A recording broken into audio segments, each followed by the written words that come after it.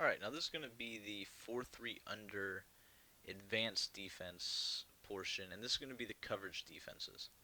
So, coverage defense, everybody knows pretty much how to run coverage defense. The reason I wanted to show these, however, is because I'm doing something that's a little bit different. And out of this formation, there's two really good reasons why we like the coverage D. So we're going to come out, and you can do this out of any play. You got cover 2, cover 4. Those are the main two that I run when I'm running zone. The other one is going to be edge sting, not your standard coverage defense, but I want to show you why. So we'll come out with the cover 4 first. We'll come out any pass, and here you go. We'll just come out in Z spot. So we're going to set it up the same as we were. We're going to shift our linebackers to the left. And what this does is it pretty much makes them think that we are blitzing. So the difference, however, is we're going to crash our defensive line outward. And what that's going to do is this defensive end on this left-hand side should loop around and get one-on-one with either the running back or the tackle.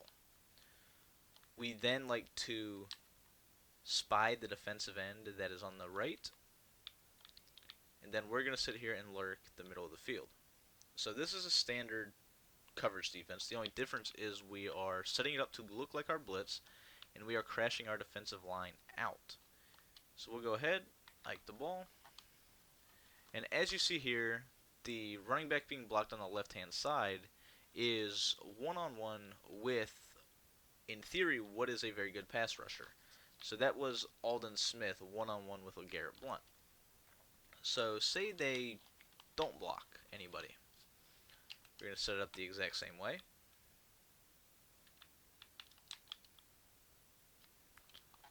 And you'll see in this time, now he's one-on-one with the tackle. So he's always going to have one-on-one opportunities regardless of if the running back's blocked, if it's on the tackle. It doesn't really matter. He's going to be one-on-one.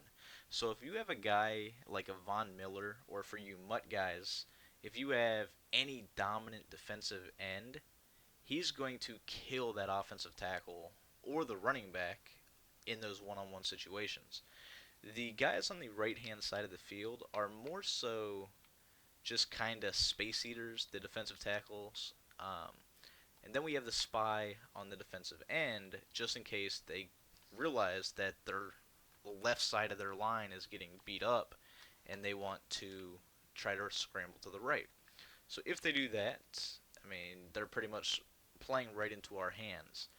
Now, if you wanted to be a little bit different, if you felt comfortable with doing this, you could zone out this defensive tackle that is on the left, and the middle linebacker that you're controlling, you can blitz him. This is going to give you the 3 defensive players blitzing that you need so your team doesn't get pancaked, and it will give you that additional person in coverage. So we'll go ahead, we'll set it up right here. So as you see, still my defensive end got one-on-one with the running back and ended up getting a sack. So you see that with a simple 2-man rush, you're occupying the entire right side of the offensive line, and you're still going to get this isolation block against what in theory should be a poor pass protector, against what, once again, in theory should be one of your best rushers. I mean, it's just a very nice thing to mix in. It's got the same look as our blitz, which is going to force people to respect that, and then we're going to be able to mix this in and really annoy our opponent. So that is one of the reasons why we really like this formation. The other one is edge sting. So we'll come out. Let's see. I don't think I have an inside zone in my audibles anywhere. I don't. Well, not out of this formation at least. But anyways, so we'll come out in the halfback power. Edge sting, when we do this same thing, you can either leave these linebackers blitzing. So in this case, we're going to zone them out. So we'll put both guys into a deep zone or a flats, doesn't matter what you do. And then we're going to spy the defensive end on the right, do whatever we want with the defensive tackle on the left, blitz the middle linebacker that we're controlling, and you'll see that, well, that was a run, so that was my bad. You see that we didn't get pancaked in that case. We're going to run it again against a pass, hopefully. So we're just putting both linebackers into flats, spy the defensive end on the right, deep blue or yellow the defensive tackle, and then make sure the guy that you are controlling is blitzing. So now in this case, obviously if the running back is going to the flats, we have a flat zone out there. However, if he's doing a streak or something, we need to make sure we account for him at the very beginning of the play. So we'll go ahead, we'll hike the ball, and you see that pretty much the pressure is solid. I don't know why in practice mode LeGarrette Blount is a beast, but apparently he is pass protecting against Alden Smith at least. But finally, the last setup that I use for edge sting is pretty glitchy, and that is because this linebacker that is on the left tends to just randomly shoot the gap. So what we do is we put the defensive end into either a deep zone or a flat zone. We'll put in a deep zone here. Put the defensive end on the right into a flat zone. Yeah, and then we will yellow zone the defensive tackle on the right. You can technically spy him, however, sometimes the spy will just rush for no reason. I tend to just, when I'm doing this setup, to put him into a yellow. After that, I don't have to blitz this guy that I'm controlling because we have three rushers. We have both the outside linebacker that is on the right, the outside linebacker on the left, and then this defensive tackle. So when doing this, you'll see that for whatever reason, that linebacker tends to just shoot that gap for no real reason. We'll go ahead and show the instant replay. You'll see that although he didn't come in clean right here, he looked like he was just going to sprint straight through the A-gap.